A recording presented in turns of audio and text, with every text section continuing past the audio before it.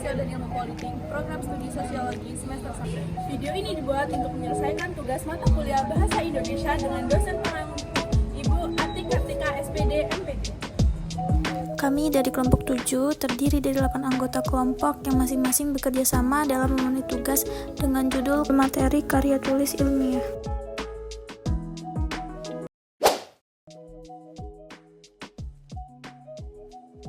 Baik, yang pertama saya akan menjelaskan tentang latar belakang.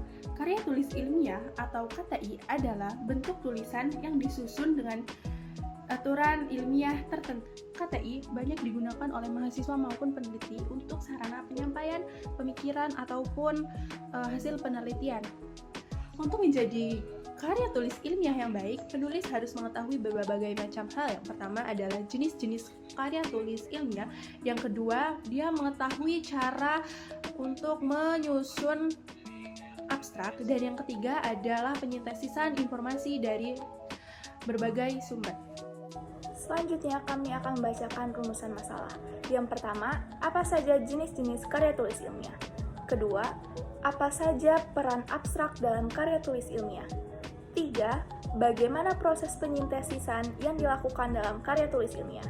Kemudian, tujuan penulisan makalah ini yaitu yang pertama, menjelaskan macam-macam karya tulis ilmiah. Yang kedua, mengetahui fungsi abstrak dalam karya tulis ilmiah. Yang ketiga, membahas pentingnya penyintesisan dalam karya tulis ilmiah. Manfaat penulisan karya tulis ilmiah yang pertama yaitu melatih keterampilan membaca yang efektif. Bagi penulis, keterampilan membaca yang efektif diperlukan agar tulisannya jelas, nyaman dibaca, dan mudah dipahami. Manfaat yang kedua, pengenalan terhadap aktivitas keperpustakaan. Karya tulis ilmiah syarat akan sumber pustaka baik dari buku, jurnal, maupun artikel ilmiah. Hal ini melatih penulis yang terbiasa mencari referensi yang relevan dan kredibel.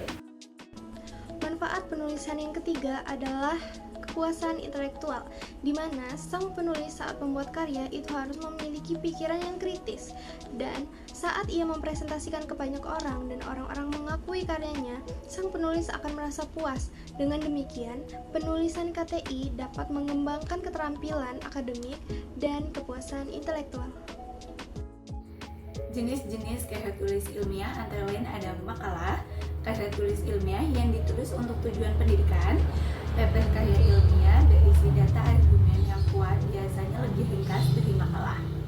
Selanjutnya ada artikel ilmiah atau jurnal tulisan berisi gagasan atau fakta yang bertujuan meyakinkan, mendidik, atau menghibur pembaca, biasanya diterbitkan di media atau di jurnal.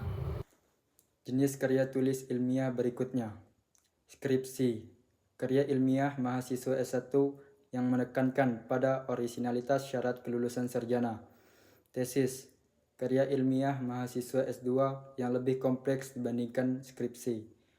Disertai karya ilmiah mahasiswa S3 berupa penelitian orisinil yang sulit dilakukan, diuji oleh profesor atau doktor senior. Work paper atau kertas kerja hampir mirip makalah, tetapi analisisnya lebih mendalam, biasanya berupa catatan auditor. Contohnya, mahasiswa yang menulis skripsi berjudul Pengaruh Metode Diskusi terhadap Hasil Belajar IPS sedang menyusun KTI jenis skripsi. Selanjutnya adalah abstraksi dalam KTI. Abstrak merupakan ringkasan isi tulisan yang memuat tujuan metode, hasil, dan kesimpulan penelitian. Fungsi abstraksi antara lain adalah 1. Sebagai ringkasan isi, 2. Meningkatkan pemahaman cepat, 3. Menarik minat pembaca. Karakter abstrak yang baik adalah singkat, padat, jelas, inovatif, tidak mengandung kutipan, dan menggunakan bahasa yang efektif. Bagian terakhir adalah penyintesisan dalam KTI. Penyintesisan adalah proses menyatukan berbagai informasi, data, dan teori dari beragam sumber agar menjadi kesatuan utuh. Langkah-langkah penyintesisan meliputi yang pertama, mengumpulkan informasi, yang kedua, menganalisis sumber, yang ketiga, mengidentifikasi pola atau hubungan, yang keempat, mengintegrasikan informasi, yang kelima, menyusun argumen logis, dan yang terakhir, penyampaian dalam KTI. Kesimpulan KTI memiliki berbagai jenis sesuai jenjang pendidikan dan tujuan abstrak berfungsi sebagai ringkasan.